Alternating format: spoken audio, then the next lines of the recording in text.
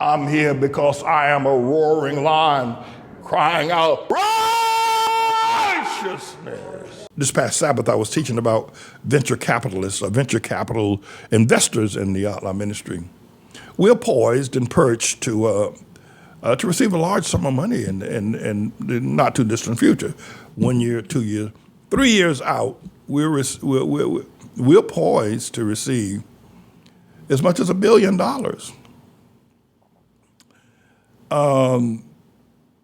And so I was making a proposal, like, let's say, for instance, you want to start up a bake shop, or you want to start up a, I don't know, some sort of business, and you don't have the money, and banks look at what you're talking about doing, and they say, well, we don't know if that's a good investment. So you go to another type of bank called a venture capital, where a man he's got money.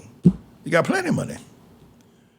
But he's not a bank. He can't lend like the bank does. He doesn't have the officers do that. But he said, well, I'll listen to what you say. For a certain percentage of your income, I'll give you the money that you need to get started in your business, a startup. It's called capital. And the reason it's called venture capital is because it's a little bit different from what a bank does. Bank will look at your credit report, want to look at your history, want to ask all kinds of questions. And not that those questions are wrong. But a venture capitalist just looks at what you're talking about and says, I can see that. So what I'd like to be able to do is that anybody who's got $7 million would, or anybody who's got, I don't think I want to get involved in less than $250,000. Anybody who's got from $250,000 to $7 million that they want to invest, and the investment will be tied to the monies that we're going to receive from the courts within the next year, 2 or 3 years. Looking at the case that we have in court, looking how solid it is, and believing that we will be awarded, and we're not suing somebody who's insolvent, we're suing the city of New York and the Mellon Bank. They got the money. They got the money. They got the money. So they're not insolvent. So you would look at the case and say, well, according to the case, and you have your lawyer look at it, have other lawyers look at it, civil rights lawyers, all kind of civil filing lawyers look at it. There's a 90% chance, 99% chance rather, that you're going to get that money. It's just a matter of running it through the courts. So they realize, okay, then we make an agreement. We sit down, we make an agreement where if you give $250,000, you'll get $250,000 back. Plus, while the money is being, first you invest it today, and up until the day, a year, 2 years from now, when the money has come in, you'll be getting 12% interest on that $250,000. And any other kind of, you may want to say, well, maybe I'll go for 14%, not 12%. I look at it and see whether it's worth it to us to go for 14% interest. But those are all negotiable items. 12% interest is where I'm going to start at. That is to say, you may have $250,000 in a 401k program right now, and it's only paying you 8% interest, or statutory 9%. And to increase your earnings, you will say, well, if I give you the $250,000, I take it out of the 401k program and give you the $250,000, I increase my earnings by 3%. And by the way, if that particular 401k program investment house that you've invested in, if there's a stock market crash, you lose that money. You lose your retirement. You say, well, I put all that money in there for years. For 40 years, you're going to lose that money. You ain't going to get it back. If there's a stock market crash, you're going to lose that money. But here, with me, you don't lose, because it's dependent not upon the market. It's dependent upon what the courts do and the money that's due as a result of the court fighting. You say, well, Pastor Manning, what about if the stock market crash? Maybe the Mellon Bank will crash. No, at that point, the Mellon Bank is solvent enough, and the city of New York solvent enough. The government saw the Mellon Bank. Listen, when Bear Stearns and Lehman Brothers and AIG, the Atlantic Insurance Company, all those corporations went bust back in 2008. Listen, the government bailed out AIG Insurance Company.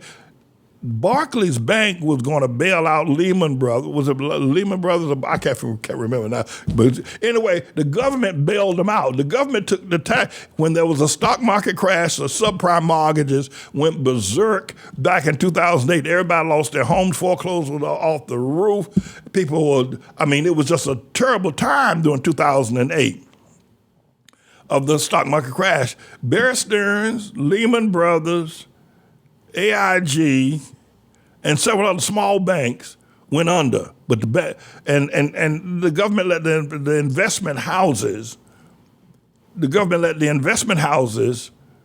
go under, but the president, the vice president, the chairman of the board of Lehman Brothers, Bear Stearns, who were making $400 million a year. They took their money out. They kept their money, but everybody else who had invested in it lost their money. And not one person went to jail. That's another thing. Not one person went to jail on that because it was a con game called the subprime mortgages. And we can talk about this. I think I'll hold a full scale meeting on this. But AIG, the insurance company, where people went and bought insurance, airlines bought insurance. Major corporations bought it. The government bailed AIG out. Who was it that did that? Bernanke? Who was that? Anyway, these names are escaping me now.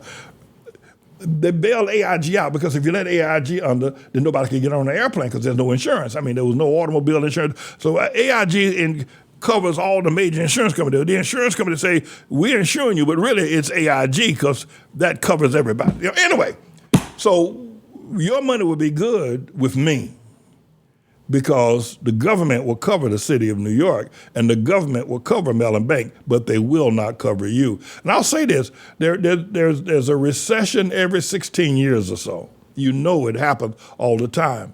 You're going to lose money. You got $500,000 in a 401k program. You're going to lose a lot of that money. You're going to lose a lot of it, but not with me, because the money that I'm going to get from the Mellon Bank, if there's a stock market crash, the government will bail out the Mellon Bank. If there's a stock market crash, New York City, the government will bail out New York City. So the money is good, and what I will be getting from New York City and the Mellon Bank is good.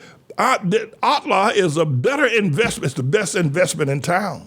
You just have to have the wisdom to understand that. And so we're going to be talking more about that. I made a couple of typos when I posted up on this past Sabbath the venture capital proposal that we're expected to receive at least $1 billion within the next 1 to 3 years.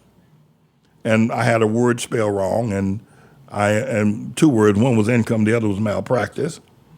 So I wanted to kind of correct that. And I did that spare of the moment just before going to the pulpit. I did that, and I didn't realize my spelling was wrong. All right, so you can call me at number 877-777-0734. You can call me at number 877-777-0734, 877-777-0734, or you can email me at atlah127@gmail.com. That's atlah127@gmail.com. And we can talk. There's going to be somebody going to take me up on this. Starting, if you're a member of the congregation, you say, well, Pastor, man, I just want to get on the goodie, and all I got is $25,000. All right, okay. And by the way, for those who have real small minds, this is done all the time in terms of, first of all, you have stay tuned for the Manning Report. I'm going to let you see the filing I did today, and I'll give you the case number where you can actually look at the case and see how strong it is and know that the funds will be coming. And I'm doing this 43 years. I think you can trust me. People have trusted me for all these years. I think I can do another 43 without stumbles.